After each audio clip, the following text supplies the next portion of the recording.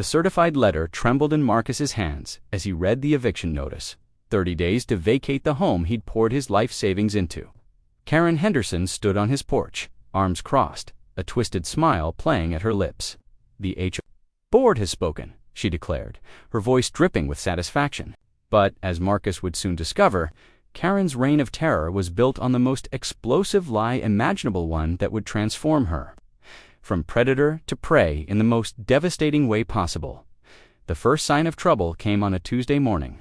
In October, when Marcus Rivera found his garbage cans overturned across his driveway, their contents scattered like confetti in the autumn wind. He stood in his bathrobe, coffee mug steaming in the crisp air, staring at the mess that would make him late for his construction job. Son of A, he caught himself, glancing toward the Henderson house next door. The pristine white colonial, with its perfectly manicured lawn, sat like a monument to suburban conformity, its windows dark and judgmental. Karen Henderson had made it clear from day one that she considered his modest ranch house an eyesore in their otherwise respectable neighborhood. Marcus had bought the house 6 months ago with every penny he'd saved from 15 years of construction work. It wasn't Mucha 1970s ranch that needed work, but it was his. The American dream, hard-earned and paid for in sweat and overtime hours. He'd been slowly fixing it up, room by room, weekend by weekend. He was kneeling on the asphalt, stuffing coffee grounds and banana peels back into the trash bag when Karen's voice cut through the morning silence like a blade. "Excuse me." Marcus looked up to find her standing at the property line, dressed in a crisp white blouse and pressed slacks despite the early hour. Her blonde hair was pulled back in a severe bun, and her pale blue eyes held the cold calculation of someone who'd never doubted her own authority. "Yes, ma'am. I need to speak with you about your situation here." She gestured vaguely at his house with a kind of disdain usually reserved for roadkill. Marcus straightened, wiping his hands on his bathrobe. "What situation?" "The HOA has been very patient with you, Mr. Rivera, but your property is becoming a neighborhood concern." She pulled out a manila folder, thick with official-looking papers. "We've documented 17 separate violations over the past month." "Violations?" Marcus felt his stomach drop. "What violations?" Karen opened the folder with theatrical precision. "Lawn maintenance below community standards. Failure to maintain exterior paint. Unauthorized vehicle parking that pickup truck of yours is a commercial vehicle, which isn't permitted in residential zones. Trash can placement violations. Shall I continue?" Marcus looked at his house with new eyes. The grass was a little long. He'd been working double shifts and hadn't had time to mow. The paint was faded, but not peeling. His pickup truck was 10 years old, but clean and well-maintained. It was parked in his own driveway. "I didn't know." There were rules about ignorance isn't an excuse. "Mr. Rivera, when you purchased this property, you agreed to abide by the HOA covenants." Karen's voice carried the satisfaction of a prosecutor delivering a closing argument. "The board has been very generous, but our patience has limits." "What board? I've never been contacted by any HOA board." Karen's smile was sharp as winter ice. "You're being contacted now. You have 30 days to bring your property into compliance, or the board will be forced to take more serious action." "Like what?" "Like exercising our right to force a sale of non-compliant properties." She closed the folder with a snap. "I suggest you take this seriously, Mr. Rivera. The Willowbrook Estates HOA has considerable legal authority, and we're not afraid to use it." Marcus watched her walk back to her house, her heels clicking against the sidewalk with military precision. He'd never heard of the Willowbrook Estates HOA when he'd bought the house. His realtor had mentioned that the neighborhood wasn't under any homeowners association. It was one of the things that had attracted him to the area. Months ago, maybe things had changed. The next week brought a cascade of complaints, a citation for his lawnmower being improperly stored in his garage, a violation notice for hanging laundry on a line in his backyard, a formal complaint about his aggressive dog, Buster, a 12-year-old golden retriever, who spent most of his time sleeping on the porch. Each notice came with Karen's signature at the bottom and increasingly severe warnings about final notices and legal action pending. Marcus tried to comply. He mowed his lawn twice a week until it looked like a golf course. He painted his front door and window trim a neutral beige. He parked his truck in the garage, even though it barely fit and left him unable to store his tools properly. Nothing was good enough. The breaking point came on a rainy Thursday evening.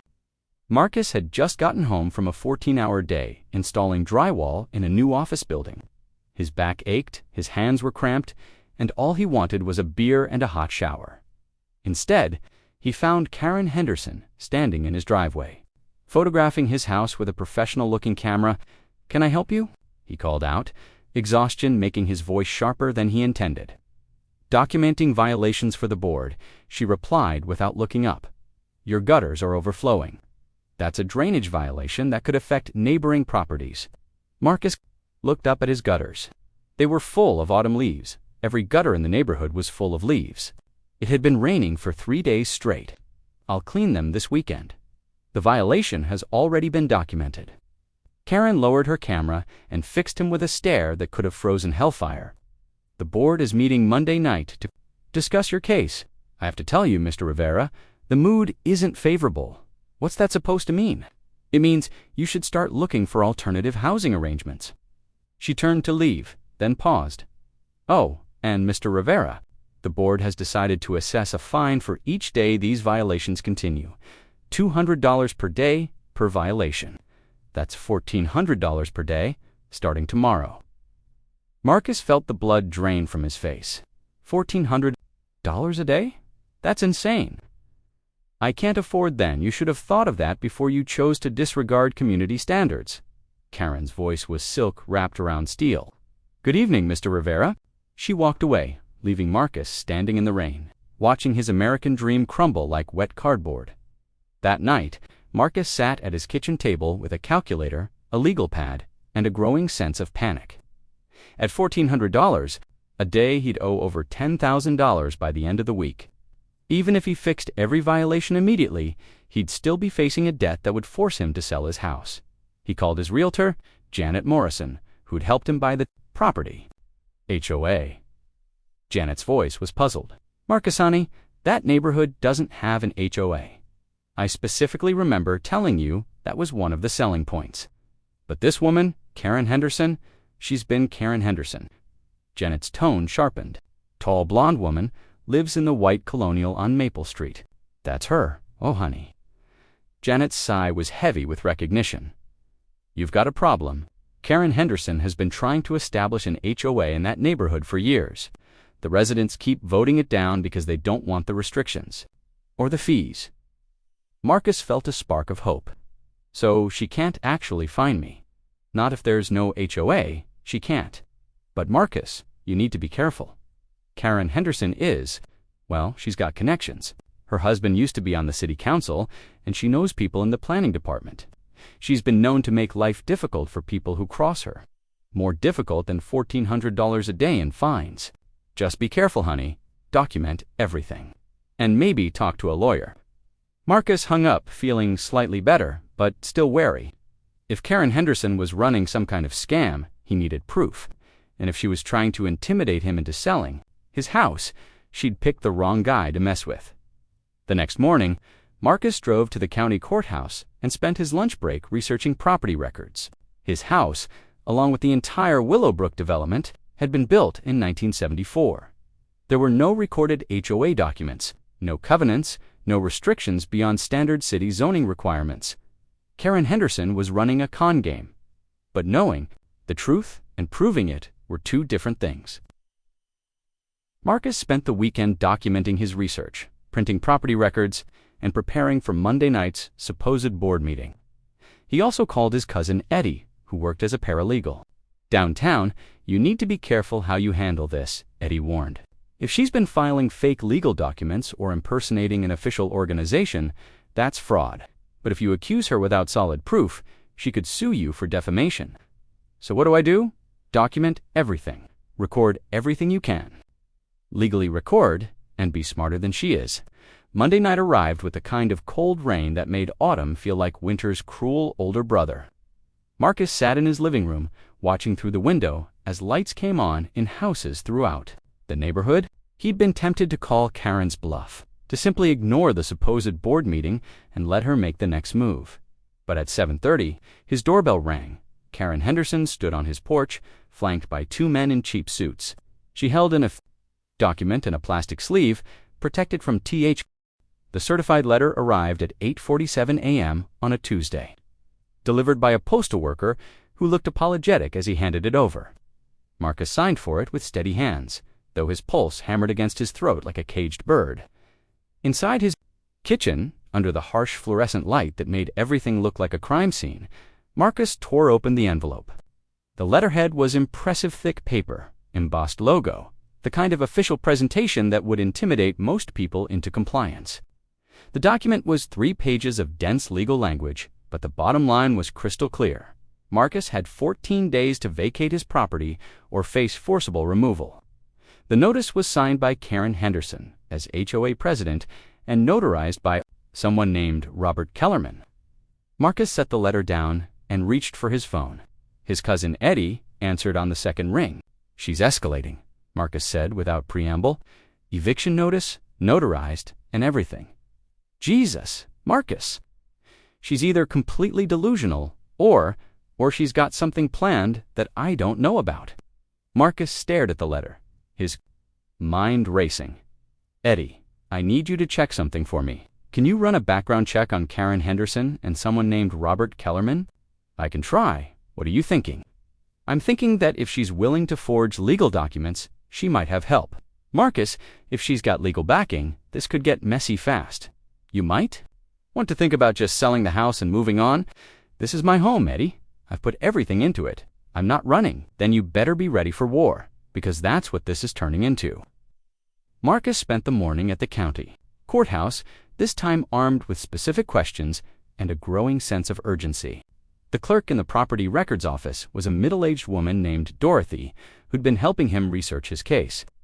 "No HOA documents," she confirmed, pulling up the records on her computer. "But, Marcus, there's something else you should know. Someone's been pulling property records for your entire neighborhood. Lot surveys, deed transfers, tax assessments. Kellerman and Associates." Marcus felt a chill run down his spine. "Robert Kellerman, that's the one. They've been very thorough, almost like they're preparing for something big.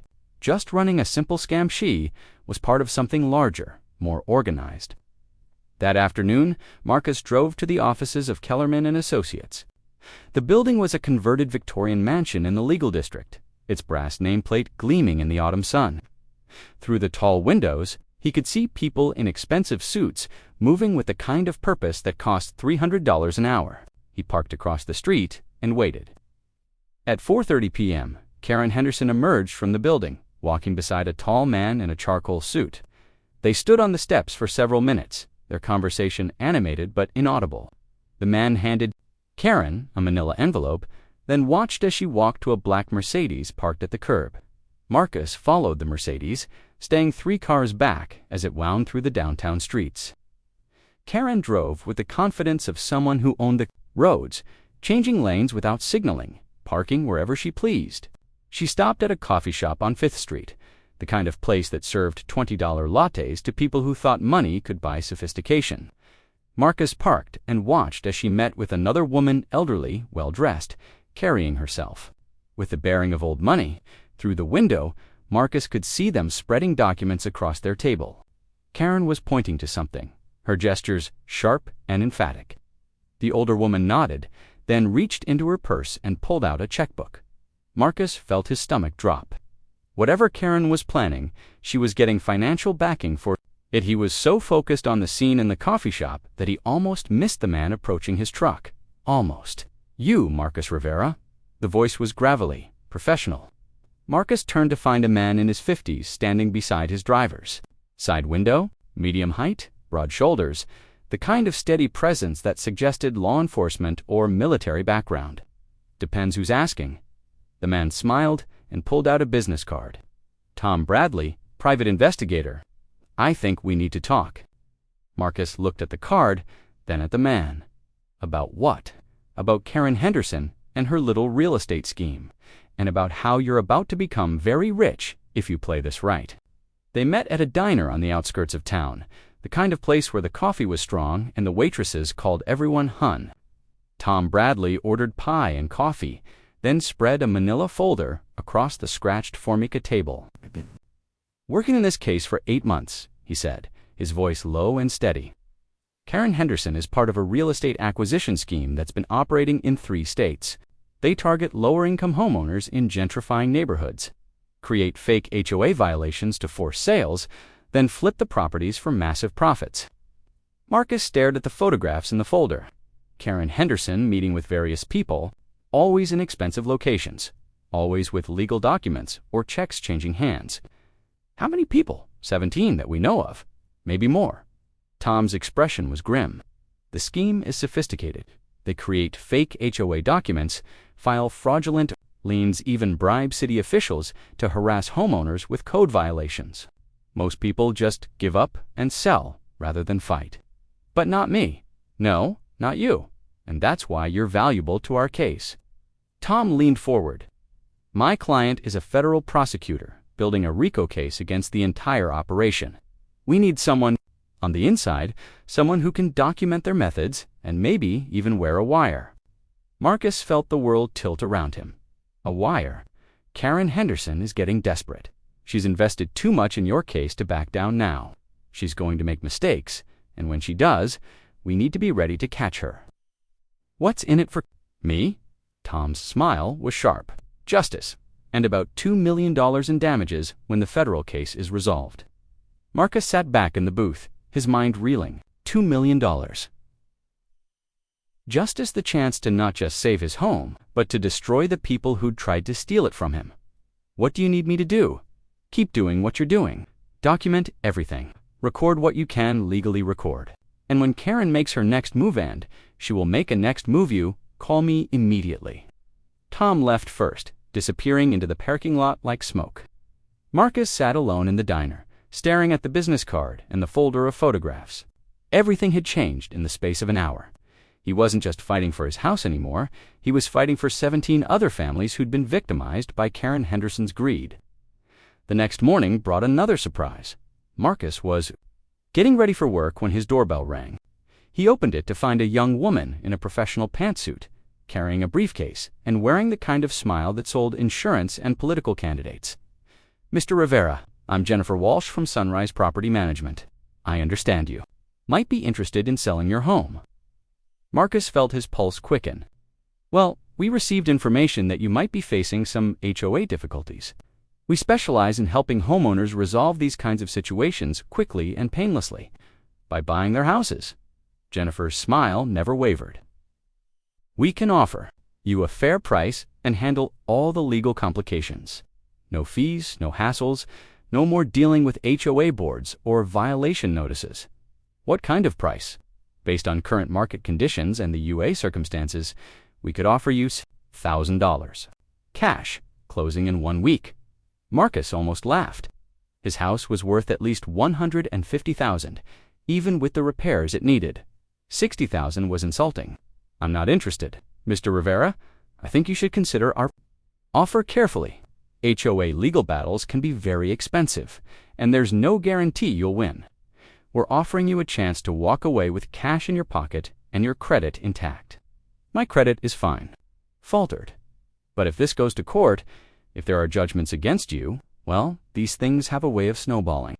Marcus stepped onto his porch, using his height and bulk to crowd Jennifer back toward the street. Let me make something clear. I'm not selling my house, not to you, not to anyone. And if you or anyone else comes to my door with threats disguised as offers, I'll call the police. Jennifer retreated to her car, but her parting words carried across the morning air like a curse. You're making a mistake, Mr. Rivera, a very expensive mistake. Marcus watched her drive away, then pulled out his phone and called Tom Bradley.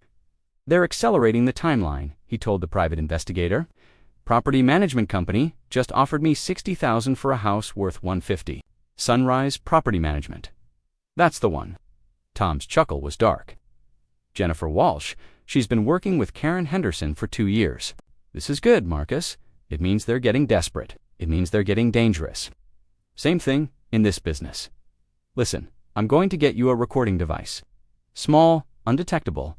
I want you to wear it whenever you're dealing with car.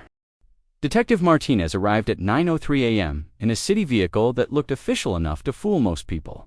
He was a thin man in his 40s with tired eyes and the kind of mustache that suggested he'd peaked in 1987.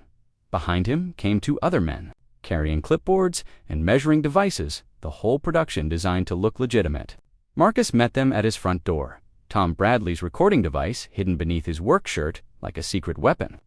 He'd tested it 3 times that morning, making sure the audio was clear and the battery was fully charged.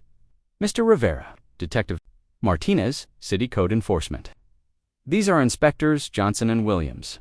We need to conduct a full safety inspection of your property. Marcus stepped aside to let them in, his jaw tight. Can I see your identification? Martinez flashed a badge quickly, too quickly for Marcus to read the details. We have reports of unpermitted electrical work, possible gas leaks, and structural modifications that weren't cleared through the city. I haven't done any modifications. Well, we'll determine that. Martinez gestured to his companions. Johnson, start with the electrical panel. Williams, check the foundation for unauthorized modifications. For the next hour, Marcus watched as the 3 men conducted the most theatrical inspection he'd ever witnessed. They took photographs of perfectly normal electrical outlets, made notes about suspicious wiring that met every code requirement, and spent an unusual amount of time measuring rooms and documenting the layout. Mr. Rivera Martinez said, emerging from the basement with dirt on his knees and satisfaction in his voice. We found several serious violations: unpermitted electrical work in the basement, modifications to load-bearing walls, and what appears to be an illegal apartment conversion. Marcus felt his anger rise like mercury in a thermometer. That's impossible. I haven't done any of that work. The evidence says otherwise. Martinez pulled out a tablet and showed Marcus a series of photographs. These outlets were installed without permits. This wall modification could compromise the structural integrity of the house, and this area appears to be set up as a rental unit, which violates single-family zoning. The photographs showed Marcus's basement workshop, where he'd installed a few outlets for his tools and set up a small area with an old couch and mini-fridge for taking breaks. Nothing illegal, nothing that required permits. Those are just outlets for my tools, and that's not a rental unit. It's where I eat lunch. Mr. Rivera, we have to go by what we see. These violations are serious enough to warrant immediate action. Martinez handed him a thick envelope. This is a notice of unsafe conditions. You have 48 hours to vacate the premises while these issues are addressed. Marcus stared at the notice, his hands shaking with rage. You can't force me out. Of my own house, we can and we will, if necessary. The city has a responsibility to protect public safety. Martinez's smile was thin and practiced. Of course, if you were to sell the property to someone with the resources to bring it up to code, that would resolve the situation much more quickly. The threat wasn't even subtle. Marcus looked at the 3 men, understanding that he was facing a level of corruption that went far beyond Karen Henderson's fake HOA scam. I need to make a phone call, Marcus said. Of course, you have 48 hours. Martinez headed toward the door, then paused. Oh, and Mr. Rivera, we'll be posting a notice on your front door declaring this property unsafe. It's standard procedure. Marcus watched them leave, then immediately called Tom Bradley. They just condemned my house, he said without preamble. Jesus, how bad? Fake electrical violations, made-up structural problems, illegal apartment conversion. They're giving me 48 hours to vacate. Tom was quiet for a moment. Marcus, this is bigger than we thought. Corrupting city officials is federal territory. Can you get me copies of everything they gave you? Already scanning them? Good. And Marcus, don't leave that house. If they want to escalate this to forced eviction, let them. We need to document every illegal step they take. What if they actually try to remove me? Then we'll have them on kidnapping charges in addition to everything else. Marcus hung up and walked to his front window. A large orange notice was already posted on his front door, declaring his property unsafe for human habitation. Neighbors were starting to gather, pointing and whispering. Mrs. Chen from across the street approached cautiously. Marcus, is everything okay? It's fine, Mrs. Chen. Just some bureaucratic nonsense. But the notice says the notice is fake. Someone's trying to force me out of my house. Mrs. Chen's eyes widened. That's terrible. Who would do such a thing? Before Marcus could answer, Karen Henderson appeared on her front porch, dressed in a white sundress that made her look like a suburban angel. She waved at Mrs. Chen with a smile that could have sold toothpaste. Such a shame about Marcus's house. Karen called out, her voice carrying across the street. I heard there were serious safety violations. Electrical problems can be so dangerous. Mrs. Chen looked between Marcus and Karen, confusion evident on her face. There are no safety violations, Marcus said, his voice loud enough to carry. Karen Henderson has been running a scam, filing fake HOA violations and now fake city violations to try to steal my house. Karen's smile never wavered. Oh, Marcus. Denial is such a dangerous thing. I hope you'll prioritize your safety and the safety of your neighbors. I hope you'll prioritize staying out of federal prison. That got a reaction. Karen's smile flickered for just a moment, long enough for Marcus to know he'd hit a nerve. I'm sure I don't know what you mean, she said, but her voice had lost. It's honey coating. I'm sure you do. Karen retreated into her house, but not before Marcus caught the look of pure hatred she threw in his direction. He'd just declared war publicly, and they both knew it. The next 24 hours passed in a blur of phone calls, document preparation, and growing tension. Tom Bradley arrived that afternoon with a federal prosecutor named Sarah Chuno, relation to his neighbor who spent 2 hours going through Marcus's documentation. This is good, she said, reviewing the recording of Detective Martinez's visit. Very good. We can use this to establish a pattern of official corruption. What about the eviction notice? Legally meaningless. They have no authority to condemn your property based on these so-called violations. But Marcus, they're going to keep escalating. Are you prepared for that? Marcus looked around his living room at the house he'd poured his heart and savings into. What choice do I have? You could take their buyout offer. $60,000 is insulting, but it's something. You could walk away and start over somewhere else and let them win. Let them do this to other people. Sarah Chen smiled. That's what I was hoping you'd say. That evening, Marcus sat in his darkened living room, watching the neighborhood settle into its evening routine. Lights came on in houses up and down the street. Families gathered for dinner. Children played in yards while their parents watched from porches. Normal life going on all around him while his world teetered on the edge of collapse. His phone rang at 10:47 p.m. Mr. Rivera. The voice was different this time, older, more authoritative. This is Captain Morrison, City Police. We have a situation developing at your address. Marcus felt his pulse quicken. What kind of situation? We've received multiple reports of suspicious activity. Possible drug dealing, loud parties, threatening behavior toward neighbors. We're going to need you to come down to the station for questioning. That's ridiculous. I've been home all evening, and I don't do drugs or throw parties. Well, we'll sort that out at the station. Can you be here in 30 minutes, Marcus?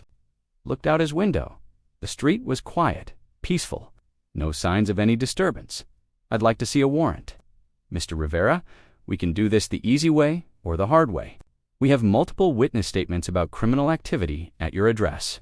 You can come in voluntarily for questioning, or we can come to you with a warrant. Marcus understood the game now. They were going to arrest him, get him away from his house, and then something would happen while he was in custody. Maybe a convenient break-in that would justify condemning the property. Maybe a mysterious fire that would solve everyone's problems. I'll be there in 30 minutes, he said. He hung up and immediately called Tom Bradley. They're trying to get me away from the house, he said. Fake drug dealing charges, threatening behavior, the works. Don't go. They said they'd come. Here, with a warrant. Let them. We need to document every illegal step they take. I'm calling Sarah Chen right now, and we're going to have federal agents ready to respond if they try to arrest you on fabricated charges. Marcus hung up and sat in his darkened living room waiting. At 11:30 p.m., 2 police cars pulled up in front of his house. 4 officers got out, but they didn't come to the door immediately. Instead, they stood in the street, talking quietly among themselves. Marcus watched through his window as one of the officers made a phone call. The conversation lasted several minutes, and when it ended, the officer's body language had changed. He looked frustrated, angry. After another brief conference, all 4 officers got back in their cars and drove away without ever approaching Marcus's house. Marcus's phone rang 5 minutes later. They're backing down, Tom Bradley said. Sarah Chen made some calls. Turns out,